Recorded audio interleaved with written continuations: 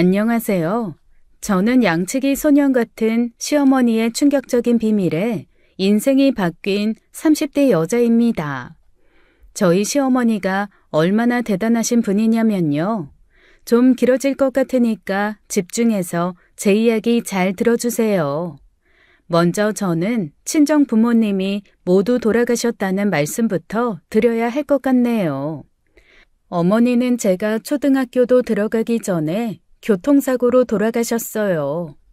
저희 때만 해도 지금처럼 한부모 가정이 많지가 않아서 저는 엄마 없는 아이라는 놀림을 많이 받으며 자랐죠. 언제 어디나 못되고 철없는 아이들이 꼭 있잖아요. 그래도 저는 괄괄한 성격의 동네 골목대장이라 그런 아이들을 다 혼내주고 다녔답니다. 다정한 바보 아버지가 엄마 목까지 사랑을 듬뿍 주셔서 밝고 씩씩하게 자랐거든요.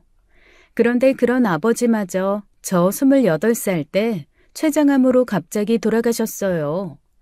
세상에 혼자 남아서 살고 싶지 않은 기분이었을 때 나타난 사람이 바로 제 남편이랍니다. 제 말이면 껌뻑 죽는 팔푼이 소리 듣는 아내 바보인 것도 어리숙하고 착한 것도 딱 친정아버지 닮은 꼴이더라고요. 하늘에 계신 아버지가 나 외롭지 말라고 보내주신 선물이 아닐까 싶은 생각까지 들었어요. 말귀를 잘 못 알아듣는 사오정인 게 한 가지 흠이었지만 사람이 어디 완벽할 수 있나요? 그런 단점마저 귀엽고 사랑스럽게 느껴져서 저는 남편과 연애 1년 만에 결혼을 했습니다. 그때 남편도 아버지가 돌아가셔서 홀어머니와 살고 있었어요. 양가 부모님 4분 중에 시어머니만 한 분 계셨던 거죠. 그래서 저는 시어머니를 친정어머니라고 생각하며 잘 해드려야겠다 마음 먹었답니다. 시어머니도 다정한 얼굴로 저를 딸처럼 여기겠다 말씀해 주셔서 감동했었는데 진짜 딸처럼 편하게 느끼셨던 걸까요? 결혼 3개월 정도가 지나자 시어머니께서 변하시기 시작했습니다. 새아가, 내가 요즘 눈이 너무 침침해서 돋보기 안경을 사야 할 것 같구나. 한 20만 원만 줄 수 있겠니? 그럼요. 더 비싼 걸로 사셔도 돼요. 새아가, 내가 요새는 통 잠이 안 오고 식욕도 없구나. 내 친구가 용한 한의원을 아는데 거기서 약을 지어 먹으면 씻은 듯이 낫는다네. 그래서 말인데 한 50만 원만 줄 수 없겠니? 어머, 힘드셔서 어떡해요. 제가 바로 입금해 드릴게요. 새아가, 내가 허리가 너무 아파서 그러는데 디스크인 것 같아. 병원에 가서 MRI도 찍고 도수 치료도 좀 받아봐야 할 것 같은데 100만 원만 줄 수 있겠니? 어머님 편찮으신데 100만 원이 대수예요? 해드릴게요. 새아가, 내가 요새 족저근막염이 당연히 해드려야죠. 새아가, 내가 요새 치질이 당연히 해드려야죠. 이렇게 저만 보면 자꾸 어디가 아프다, 뭐가 필요하다 하며 돈을 달라고 하시더라고요. 조금 당황스럽긴 했지만 오죽하면 저러실까 싶어서 돈을 보내드렸어요. 그때 저희 부부가 맞벌이였는데 돈을 잘 벌던 때라 크게 부담되는 수준이 아니었거든요.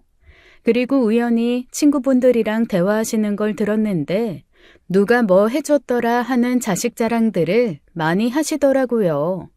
그럴 때 할 말 없으시면 안 되잖아요. 우리 어머니 기죽지 마시라고 일부러 더 해드린 것도 있었습니다.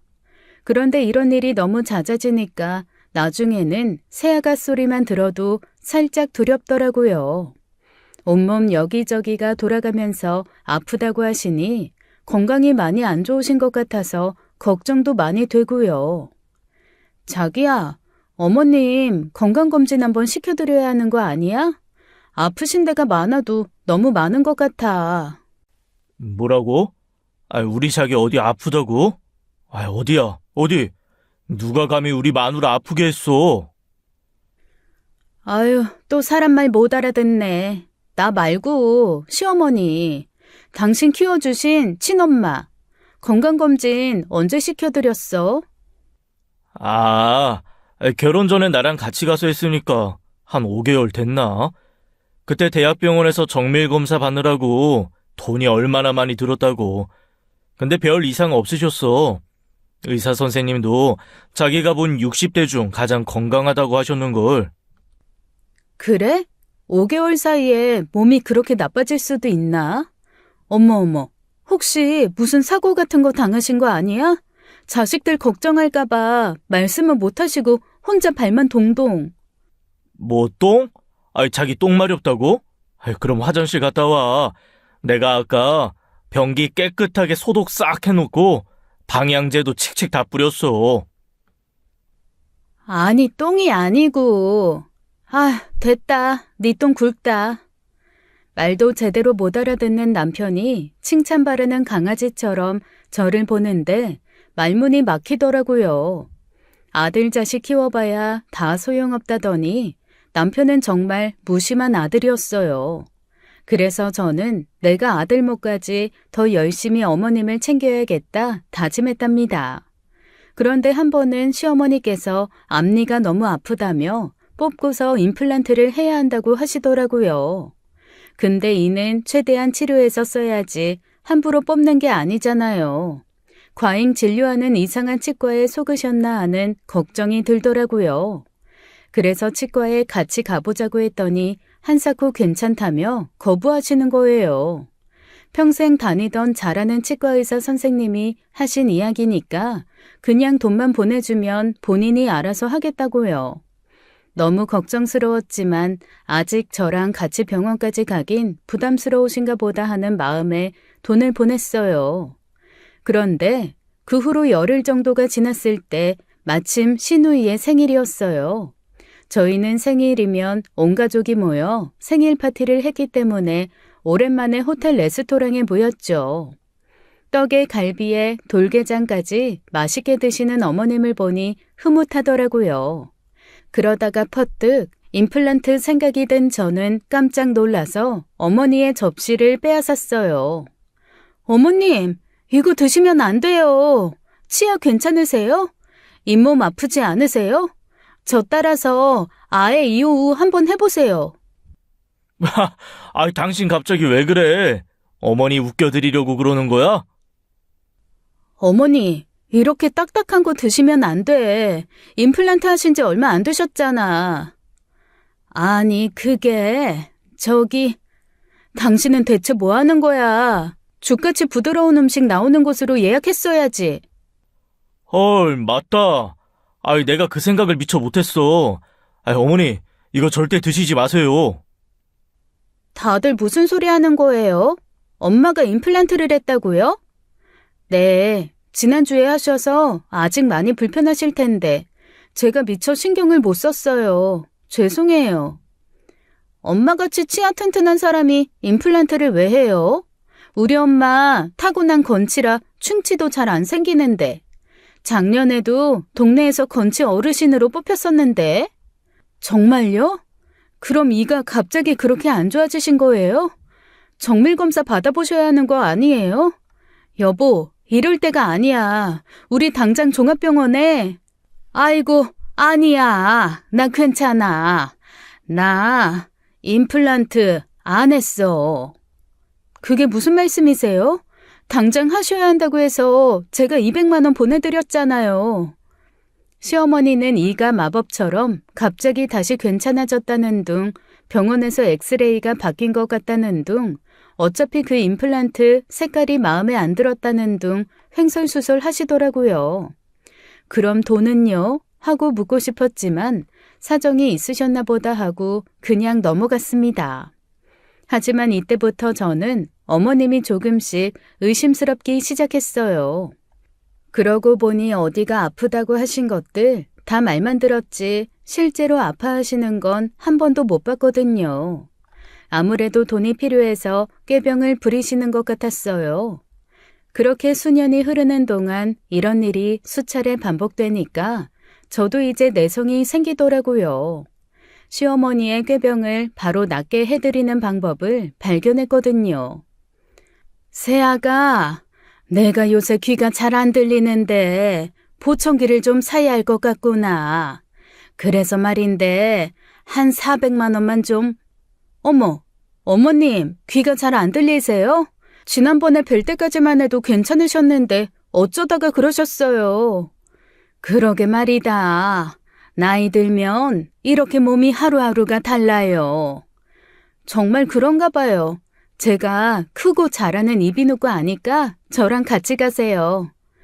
아이고, 너 일하느라 바쁜데 귀찮게 하면 안 되지.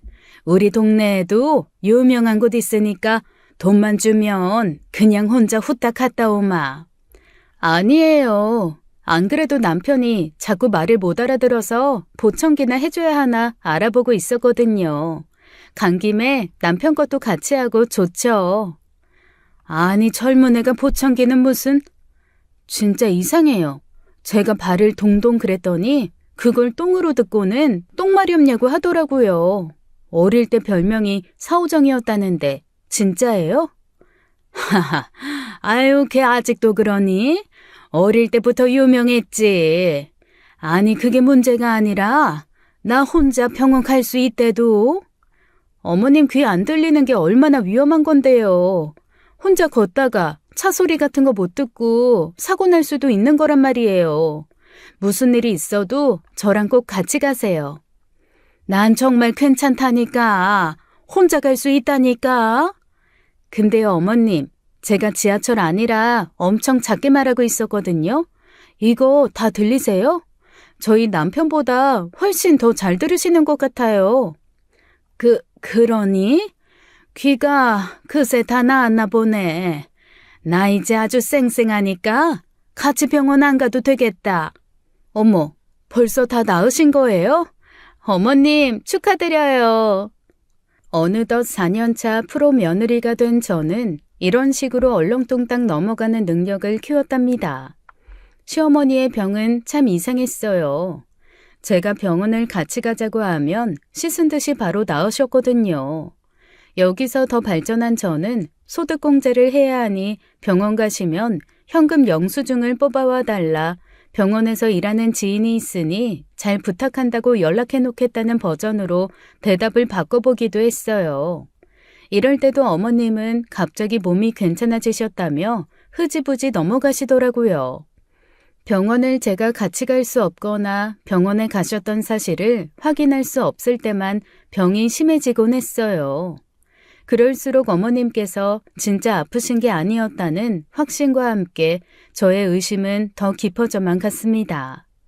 제가 그동안 시어머니에게 드린 돈은 과연 어디로 사라진 걸까요? 그렇게 궁금증이 계속 커져가지만 해답을 찾을 수 없어 답답하던 어느 날 출근하는 길에 시어머니에게 전화가 온 거예요.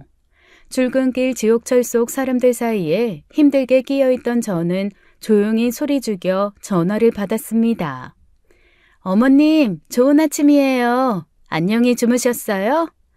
새아가, 내가 요즘 머리가 너무 아픈 게 아무래도 큰 병이 난 것 같구나.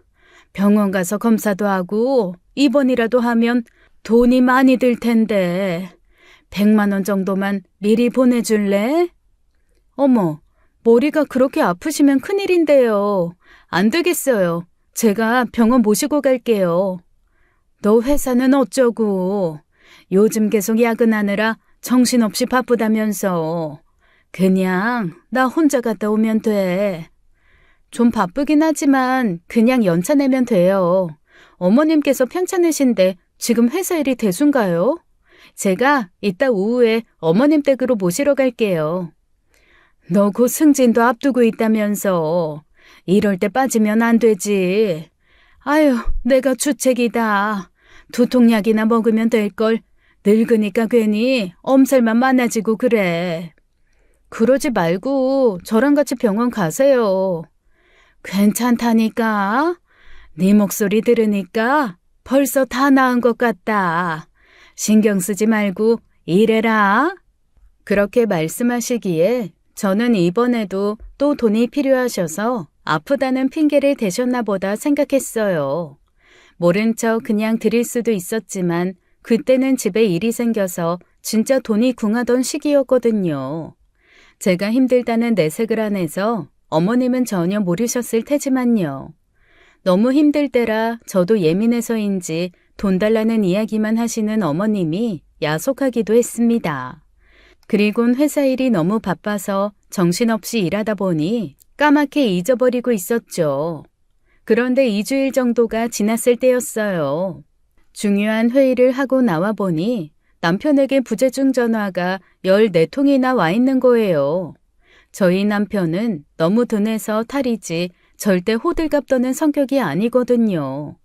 이건 정말 큰일이 난 거라는 생각에 저는 떨리는 마음으로 다시 전화를 걸었습니다. 전화기를 통해 아이처럼 엉엉 우는 남편의 목소리가 흘러나왔어요. 어머님께서 길에서 갑자기 정신을 잃고 쓰러지셨다고요. 차가 많이 다니는 차도 근처라 큰일 날 뻔했다고 하더군요. 다행히 지나가는 행인이 금방 발견해서 119에 신고를 해줬다고 합니다. 지금 응급실에서 검사를 받고 있는데 아직도 의식을 못 찾으셨다고 남편 걱정이 이만저만이 아니었어요. 그 말을 듣는데 머리가 멍해지는 것 같았습니다. 2주 전에 어머님께서 머리가 너무 아프다고 하셨던 말씀이 떠올랐거든요. 그 두통이 혹시 뇌졸중 전조 증상 같은 건 아니었을까? 그때 어머님을 병원에 모시고 갔다면 이런 일이 없었을까? 모든 게 다 제 탓인 것만 같아서 너무 죄책감이 들어 참담하더군요. 저는 남편보다 더 크게 울고 싶은 마음을 참고 서둘러 병원으로 달려갔습니다. 도착해보니 어머님은 아직 의식이 없으셨고 남편과 시누이가 초조하게 의사를 기다리고 있었어요. 저는 지나가던 간호사를 붙잡고 다급하게 이야기했습니다. 어머님께서 2주 전에 머리가 아프다고 하셨다고 뇌검사를 자세히 해봐야 한다고요. 뇌CT를 이미 찍었다는 말에 다리에 안심이 돼서 바닥에 주저앉는데 시누이가 저를 째려보더군요. 뇌검사를 해보라니 그게 무슨 말이에요?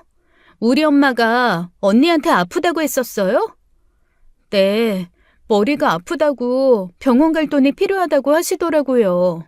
그래서 제가 모시고 간다니까 극구 사양하면서 괜찮다고 하시길래 저는 진짜 별일 아닌 줄 알았는데 그때 병원에 모시고 왔으면 이런 일이 없었을 텐데. 언니, 미쳤어요? 아프다고 하면 당장 모시고 갔어야죠. 바로 괜찮다고 하셔서 저는 정말 괜찮으신 줄 알았어요. 귀찮아서 그렇게 생각하고 싶었던 건 아니고요. 바쁘면 나한테라도 이야기를 했어야죠. 넌 언니한테 무슨 말을 그렇게 해? 그렇잖아. 노인네가 아프다면 억지로라도 끌고 갔어야지. 자기가 모셔가기 싫으니까 그냥 모른 척한 거 아니야. 언니 진짜 너무하네요. 언니네 친엄마였으면 안 그랬을 거잖아요. 스스로도 자책하고 있었기 때문에 내가 100번 잘못했다는 생각에 시누이의 비난을 묵묵히 듣고만 있었어요. 그런데 마지막 말을 듣는 순간 저도 울컥 화가 치밀더라고요. 친엄마가 아니라서 그랬다니 그 말이 비수가 되어 심장에 꽂히더라고요. 전 어릴 때 돌아가셔서 잘 기억도 나지 않는 친어머니 대신 시어머니를 제 어머니라 생각하고 살았거든요. 뭘 바라고 했던 것들은 아니지만 너무 몰라주니 참 억울하더라고요. 제가 친엄마면 안 그랬을 거라고요? 그럼 친딸인 아가씨는 대체 뭐 했는데요? 그동안 이 집안에 어머님 병원 모시고 다닌 사람, 임플란트 비용 보내드리고 라식 수술 비용 보내드리고 안마 의자 비용 보내드린 사람 저예요. 아이고 대단한 일 하셨네요. 지금 돈 좀 드렸다고 생색내는 거예요? 돈이 중요한 게 아니잖아요. 돈이 안 중요하면 아가씨가 좀 드리지 그랬어요?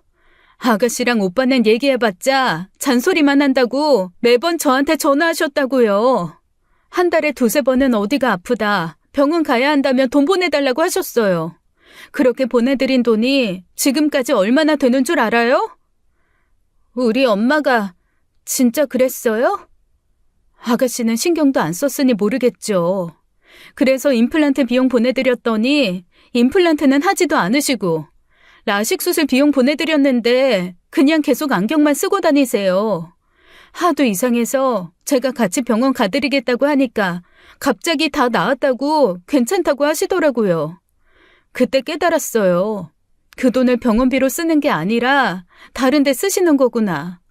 양치기 소년도 아니고 매번 그렇게 꾀병을 부리시는데 어떻게 제가 그 말을 다 믿어요.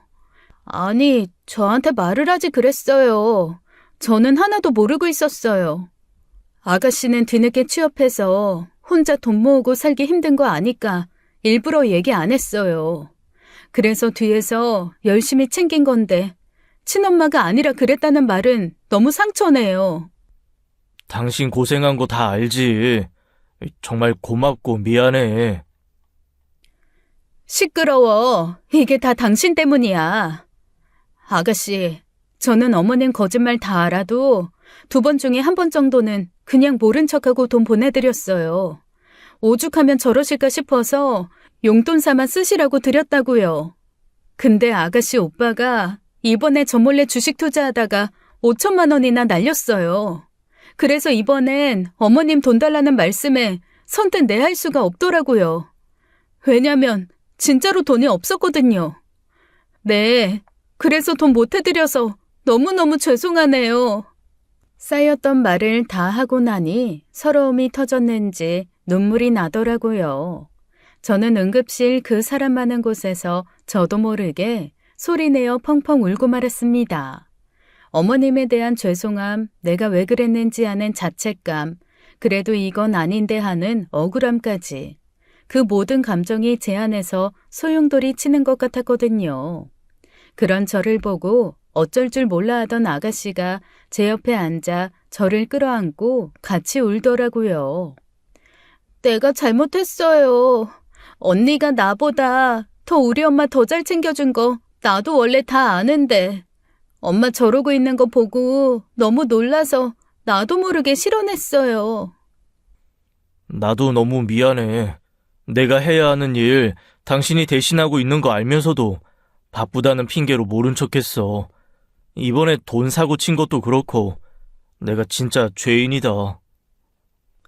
오빠는 진짜 죄인 맞지. 오빠 같은 사람 거둬준 새언니를 평생 은인으로 모시고 살아.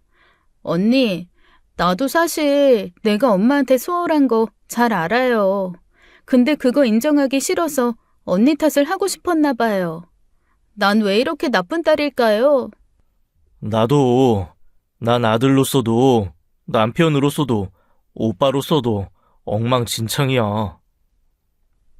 알긴 안 해. 저희는 그렇게 응급실 바닥에서 서로를 끌어안고 한참을 울었습니다. 지금 생각해보면 한편의 심파극이 따로 없었어요. 누가 찍어서 인터넷에 올리지 않아준 게 정말 고마울 따름이었죠. 그렇게 엉켜서 눈물 콧물 다 흘리던 저희는 의사 선생님이 오시는 소리에 정신을 차렸답니다. 검사 결과 어머님이 쓰러지신 건 위궤양 때문이었다고 하더라고요. 일주일 정도 입원해야 하지만 치료 마치면 다 괜찮아질 거라는 말에 저희는 한시름 놓았습니다. 어머님을 병실로 옮겨 입원 절차를 마치니 뒤늦게 정신이 돌아온 어머님도 놀라시더라고요. 길에서 쓰러졌다는 말에 놀라시고 위궤양이라는 말에 또 놀라시고요. 특유의 건강체질이라 애 낳을 때 빼고는 입원이 처음이라며 오랜만에 푹 쉬겠다고 웃으셨습니다. 그 미소를 보니 그제야 마음이 놓이더라고요. 소식 듣고 오신 이모님들로 병실이 좁아진 김에 저희는 뒤늦은 점심을 먹으러 국밥집에 갔습니다. 같이 한바탕 울고 나니 쑥스럽긴 했지만 더 가까워진 기분이었어요. 아, 생각해보니까 2주 전에 아프다고 하셨던 데는 머리거든요? 근데 지금 입원은 위궤양 때문에 하신 거잖아요. 그럼 2주 전에 아프다고 하셨던 것도 꾀병이었겠죠? 그런가 봐요. 우리 엄마 주책이다 진짜. 왜 그러지? 그동안 계속 그렇게 거짓말 해왔단 말이에요? 그렇다니까. 지난달에는 무슨 전립선염에 걸렸다고 100만 원 보내달라 하시는데 어이가 없어서. 그거 남자들만 걸리는 병 아니야? 맞아. 엄마한테 있지도 않은 전립선에 어떻게 염증이 생기냐고. 하도 여러 병에 걸렸다고 돌려막기 하시다 보니까 소재가 다 떨어졌던 모양이야. 그래도 이 사람이 그냥 돈 보내드렸어. 난 그런 것도 모르고 언니 보기 너무 창피하다. 새언니, 진짜 미안하고 고마워요. 아니에요. 그래도 너무 심하다 싶을 때는 제 선에서 잘랐어요.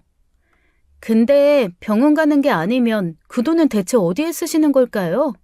엄마 집에 가보면 쇼핑 같은 거 하신 것 같지도 않은데. 저도 그게 의문이에요. 대체 뭐 때문에 그렇게 돈이 필요하신 걸까요? 아가씨, 뭐 아는 거 없어요? 설마. 아니야, 그래도. 그건 벌써 20년 전인데. 너도 그 생각했지? 그래도 설마 아닐 거야. 우리한테 약속하셨잖아. 엄마가 절대 그럴 리 없어. 그렇지? 아닐 거야. 왜요? 뭔데요? 남매는 뭔가를 알고 있는 게 확실했습니다. 둘의 이상한 눈빛을 계속 주고받다가 저를 보니 입을 딱 다무는 게 너무 수상하더라고요. 하지만 제가 알려달라고 아무리 부탁을 해도 말해주지 않았어요. 나는 가족이 아니냐고 화내는 척까지 해보았지만 씨알도 안 먹히더군요. 아가씨는 그렇다 쳐도 남편은 제 말이면 껌뻑 죽는 사람이니까 당연히 말해줄 줄 알았어요. 그래서 집에 돌아와 남편을 계속 닥달했는데도 남편은 입을 절대 열지 않았습니다. 본인 일이면 진작 이야기했을 텐데 엄마의 비밀이라 자기가 함부로 말할 수가 없다나요? 그 말을 들으니 더 궁금해지더라고요. 이 집안에 제가 모르는 엄청난 비밀이 있는 게 분명했어요. 남매는 끝끝내 어머님의 비밀을 알려주지 않더라고요. 서운하고 답답했지만 가정의 평화를 위해 제가 참을 수밖에 없었습니다. 대신 시누이가 앞으로는 저한테 병원비 달라고 전화하는 일 없게 만들겠다고 호언장담하더라고요. 반신반의했는데 시누이의 약속은 진짜였어요. 시누이가 보험회사 다니는 친구를 통해 거의 온갖 질병이 다 보장되는 보험을 들어왔거든요. 그리고 이제는 병원비는 보험회사가 다 내줄 거니까 앞으로 다시는 며느리한테 병원비 얘기하지 말라고 잔소리했대요. 그래서인지 어머님은 퇴원하신 뒤로 제게 병원비에 병자도 안 꺼내셨습니다. 남편이 돈 사고 친 건 다행히 이직하면서 전 회사에서 받은 퇴직금 덕분에 만회할 수 있게 됐고요. 저도 승진하면서 연봉이 오르는 바람에 저희 집 경제 사정도 어느 정도 안정을 되찾았습니다. 그렇게 평화로운 시간이 몇 달 흘렀어요. 하지만 마냥 평화로우면 저희 집안이 아니죠. 다음 사건은 몇 달 후 시어머니의 생신날 시작됐답니다. 저희 부부와 시누이는 시어머니의 생신을 축하하기 위해 시어머니 댁에 모두 모였어요. 원래 저희 집안 생일 파티는 계속 고급 레스토랑에서 했었거든요. 평소에 못 먹는 거 그럴 때라도 먹어보자면서 말이에요. 그런데 시어머니께서 이번만은 본인이 직접 요리하고 싶다며 집으로 부르시더라고요. 가보니 온갖 산해진미가 차려져 있었습니다. 어머니는 요리 솜씨가 정말 좋으셨거든요. 요리를 하는 것도 좋아하셔서 저희 집에 항상 반찬을 가득 보내주셨어요. 덕분에 저는 어릴 때 이후로 못 먹어본 엄마 밥을 시어머니 버전으로 실컷 먹을 수 있었습니다. 그날은 제가 좋아하는 특별한 음식을 해주고 싶었다며 태국 요리인 푸팟 퐁커리도 요리법도 배우셨다고 하더라고요. 그걸 보니까 정말 감동이었습니다. 하지만 그날의 감동은 오래가지 못했어요. 어머님께서 저희를 집으로 초대하신 이유가 다 있었더라고요. 식사가 끝난 후 어머님께서 이렇게 말씀하셨습니다. 자, 다들 맛있게 잘 먹었니? 내가 오늘 생일 선물 필요한 거 따로 말하겠다고 했었지? 나 결심했다. 뭐라고요? 결혼을 하신다고요? 얘 보청기 아직 안 해줬냐? 이 사람 무시하고 그냥 말씀하세요, 어머님. 그래, 나 인테리어 공사해서 이 집 싹 바꿀 거다. 다른 선물 필요 없고 그냥 그거 하나만 해주면 돼. 인테리어? 내가 도배해준다는 것도 그렇게 됐다고 필요 없다고 못하게 하더니 갑자기 무슨 바람이야? 그땐 나도 괜찮다고 생각했는데 지금 보니까 집이 너무 낡았잖아. 내가 얼마나 더 살지 모르지만 사는 동안은 좀 더 쾌적하게 살고 싶다. 사실 어머님 댁은 20년이 넘은 구옥 빌라라서 많이 낡기는 했어요. 벽지도 요즘 쓰는 실크 벽지가 아니라 일반 종이 벽지인데 닦을 수가 없으니 떼끼고 바랜 부분이 많았고요. 바닥도 마루가 아니라 옛날 장판이라서 패이거나 까진 부분이 많았어요. 시어머니가 깔끔한 성격이셔서 관리를 잘하긴 했지만 20년의 세월만큼 노후한 집이었죠. 무엇보다 싱크대는 누수가 잦고 하수구도 잘 막히는 바람에 문제가 많았어요. 어머님께서 편히 사시려면 수리가 필요했죠. 좋은 생각이시네요. 저도 집이 너무 낡았다고 생각은 많이 했어요. 당신도 찬성이지? 할 때가 되긴 했지. 안 그래도 겨울에 바람 잘 들어와서 걱정이었는데 샤시부터 바꿔야 할 것 같아. 그래도 우리가 잘한 집인데 다 바꿀 건 아니지? 어떻게 고칠 건지 엄마가 생각해둔 거 있어? 그럼 내가 미리 다 공부를 해뒀지. 벽지랑 장판, 싱크대 샤시도 싹 바꿔야 할 것 같아. 내가 업자 불러서 견적 내달라고 했더니 2천만 원이면 된다고 하더라. 2천만 원? 그건 너무 비싼 거 아니야? 이런 옛날 집에 돈을 그렇게 많이 들이려고? 옛날 집이니까 고칠 게 많은 거잖아. 이 낡은 집에서 계속 살 생각하니까 너무 갑갑하고 우울해지더라고. 괜히 퀴퀴한 노인 냄새도 나는 것 같고. 이 엄마를 위해서 너희들이 효도 좀 해줘. 부탁할게. 어머님께서 그렇게까지 말씀하시는데 안 해드릴 수가 없더라고요. 저희는 시누이와 상의 끝에 돈을 모아서 2천만 원을 해드리기로 결정했어요. 만기가 얼마 안 남은 적금을 깨야 하는 게 속이 쓰리긴 했지만 시어머니는 저한테도 엄마 같은 분이시니까요. 돈이 아깝다는 생각은 전혀 없었습니다. 그저 더 좋은 집으로 이사를 보내드리지 못하는 게 죄송할 뿐이었죠. 그렇게 돈을 마련한 저희는 일단 인테리어 업체부터 알아봤어요. 인터넷에 찾아보니까 날림공사하고 돈만 받아가는 불량업체가 너무 많더라고요. 유명하고 똑똑한 사람들도 당해서 인터넷에 나쁜 후기가 잔뜩 올라온 걸 보니까 덜컥 겁이 나더라고요. 저희는 친구부터 회사 동료들까지 주변 인맥을 총동원해서 괜찮은 인테리어 업체를 찾았습니다. 다행히 회사 상사분이 작년에 하셨던 업체를 극찬하며 추천해 주시더라고요. 인터넷을 찾아보니 후기들도 너무 많아서 운이 좋다 싶었어요. 저는 기쁜 마음에 어머님께 바로 연락드려 괜찮은 업체를 찾았다고 말씀드렸습니다. 칭찬받을 줄 알았는데 시어머니께서 정색하며 절대 안 된다고 하시는 게 아니겠어요?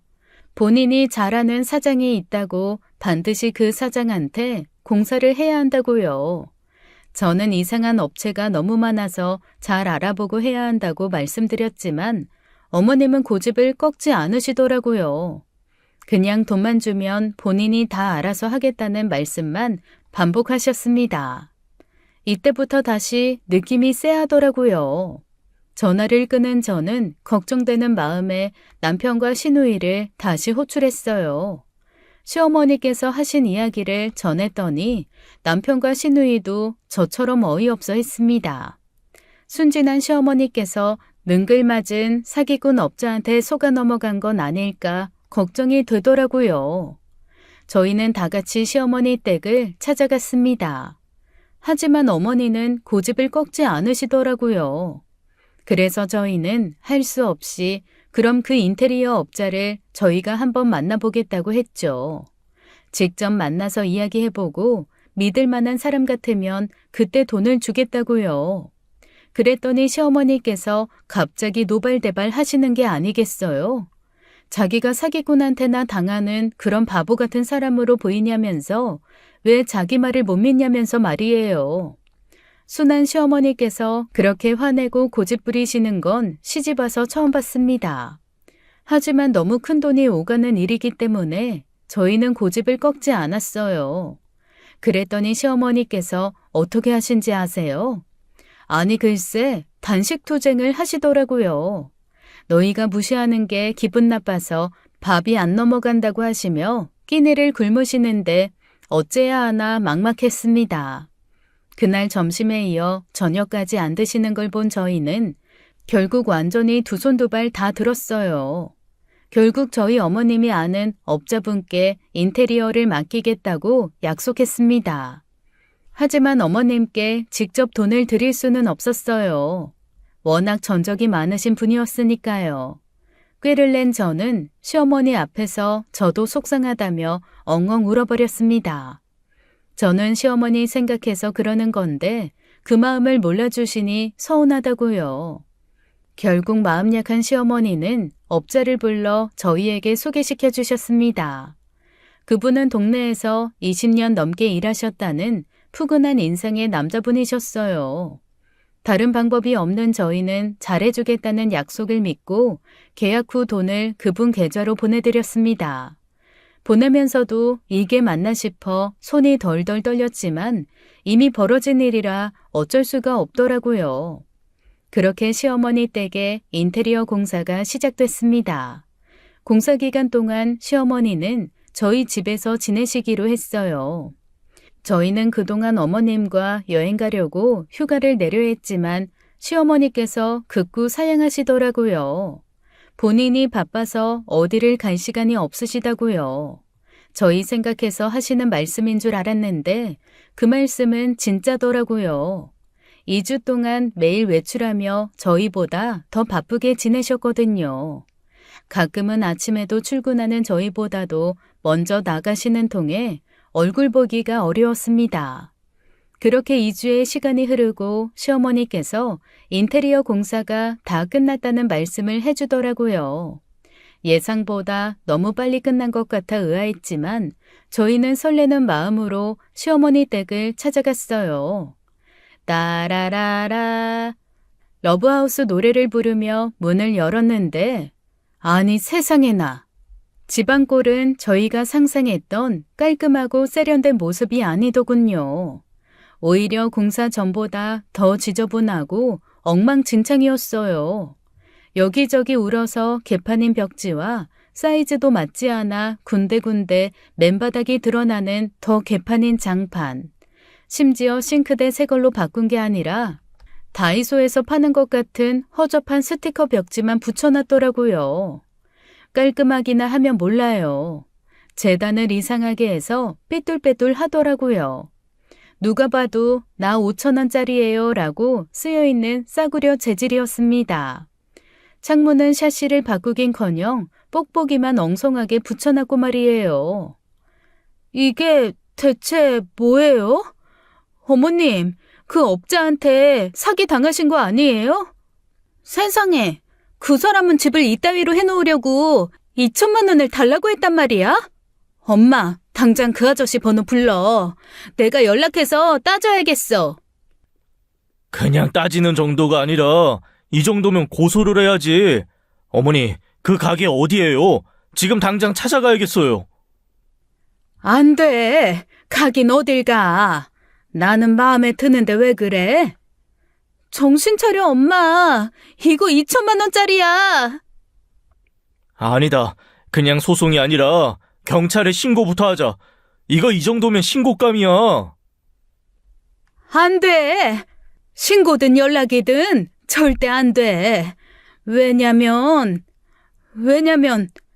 이거 내가 한 거란 말이야. 그 사장님한테는 내가 너희 가자마자 말해서 돈 다 환불받았다. 엄마 미쳤어? 왜? 내가 찾아보니까 그냥 혼자서도 할 수 있겠더라고. 인터넷에 셀프 인테리어 치니까 이것저것 많이 나오더만 뭐. 이렇게 쉬운 일에 뭐하러 큰돈을 쓰니? 돈 아끼려고 내가 혼자 해봤어. 세상에, 어머님. 그래서 2주 동안 계속 외출하셨던 거예요? 셀프 인테리어 하실 거면 저희한테 말씀을 하시죠. 이 집은 너무 말이 안 되잖아요. 기가 찬다. 집을 이 꼴로 만들어 놓고 셀프 인테리어라니 지금 그게 할 소리야? 남은 돈 다 어디 갔어? 내놔. 그걸로라도 어떻게든 수습해봐야지. 없어. 그게 무슨 말씀이세요? 이거 100만 원도 안 들었을 것 같은데? 혹시 돈 환불 못 받으신 거 아니에요? 아니, 내가 비상금으로 쓰려고 은행에 넣어놨어. 어차피 내 생일 선물로 준 돈이잖아. 내가 알아서 잘 쓸게. 너무 당당하게 말씀하시는 모습에 저희 셋은 기가 차서 할 말을 잃었습니다. 저희가 시어머니께 또 당해버린 거예요. 뒤늦게 정신을 차린 남편과 시누이가 화를 내며 난리 쳤지만 시어머니는 꿈쩍도 하지 않으시더라고요. 결국 저희는 그렇게 생돈 2천만 원을 그렇게 삥 뜯겼습니다.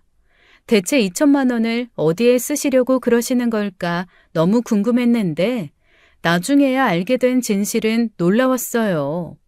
저는 인테리어 사건으로 시어머니께서 혹시 노망이 나신 건 아닐까 심각하게 걱정했거든요.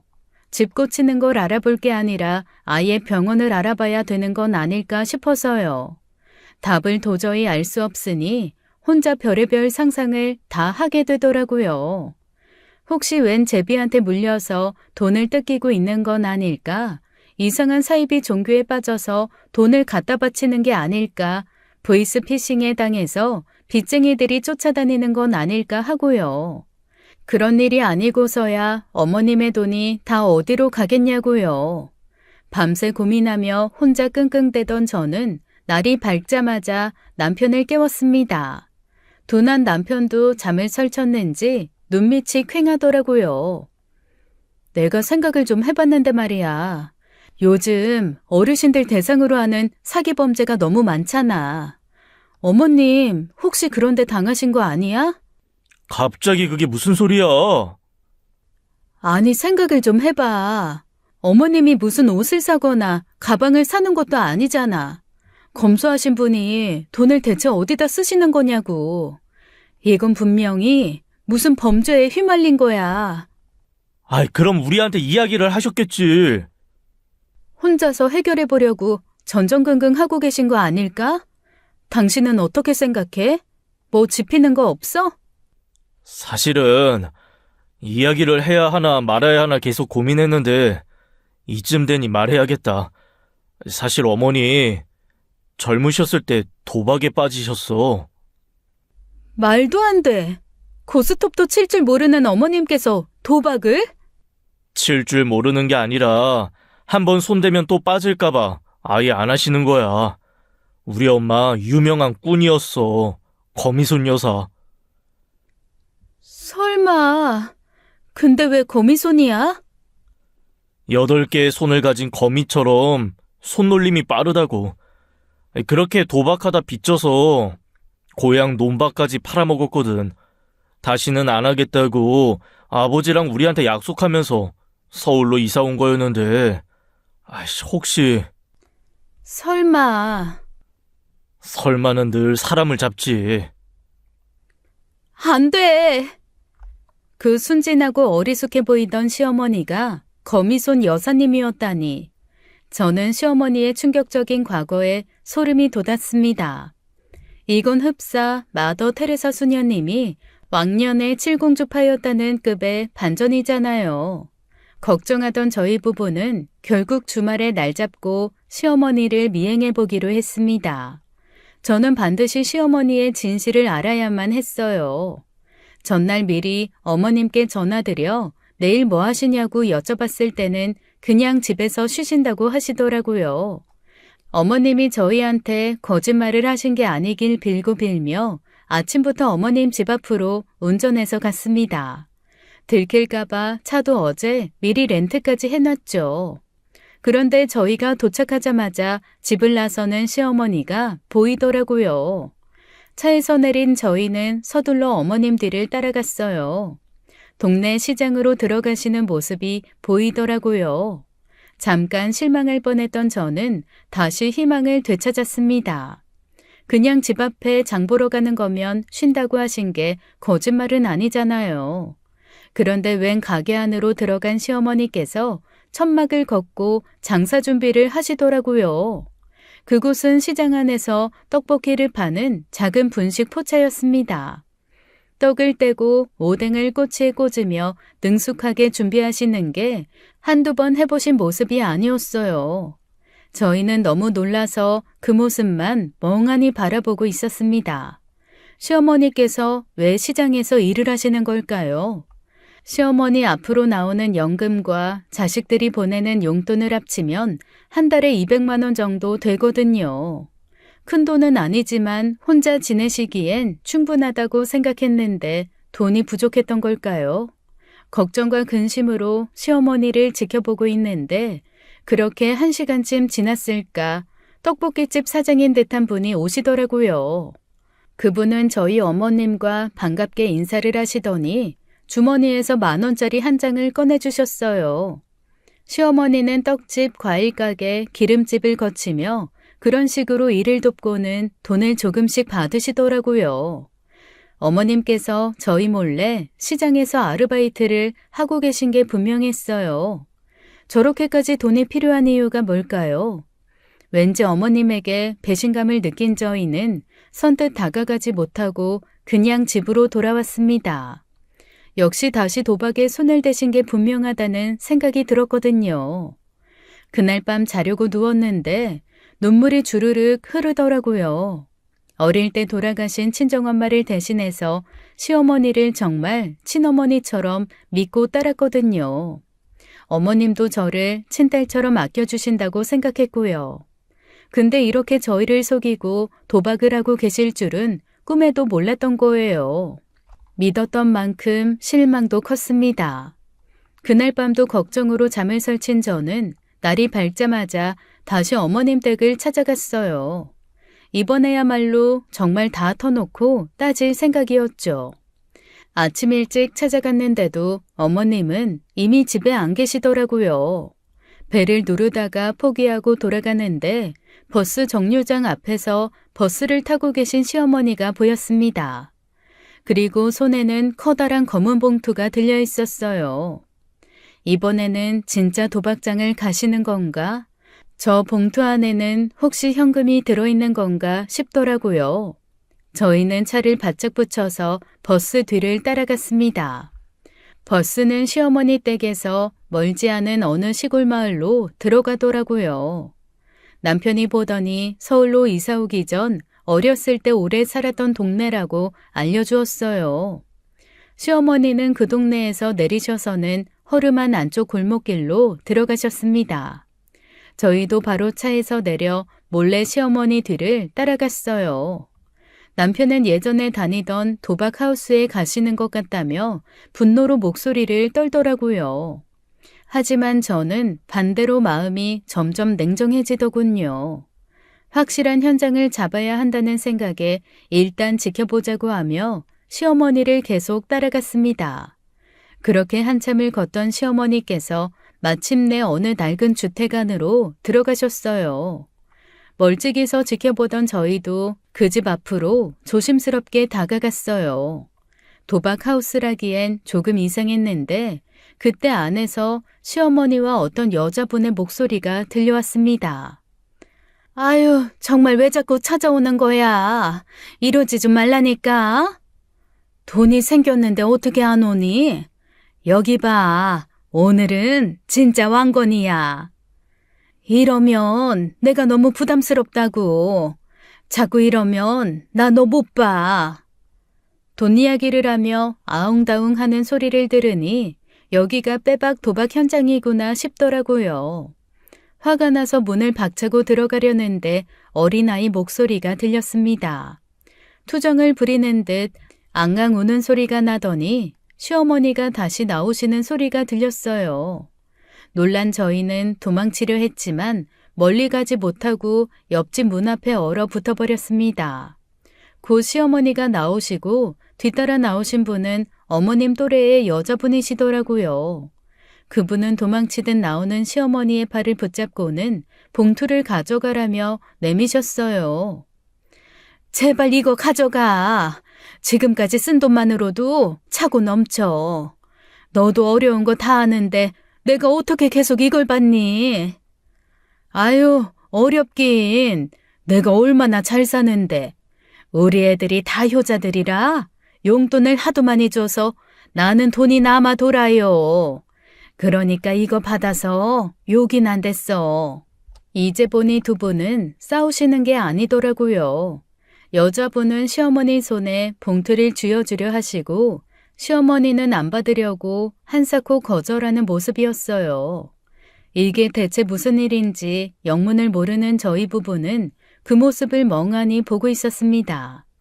그때 고개를 돌린 시어머니께서 저희를 발견하고 놀라셨어요. 아이고 깜짝이야. 너희가 왜 여기 있어? 어머니야말로 여기서 뭐 하시는 거예요? 그 봉투는 또 뭐고요? 아니 나는 너희 설마 나 따라온 거냐? 어머니께서 자꾸 이상한 행동을 하시니까 그렇죠.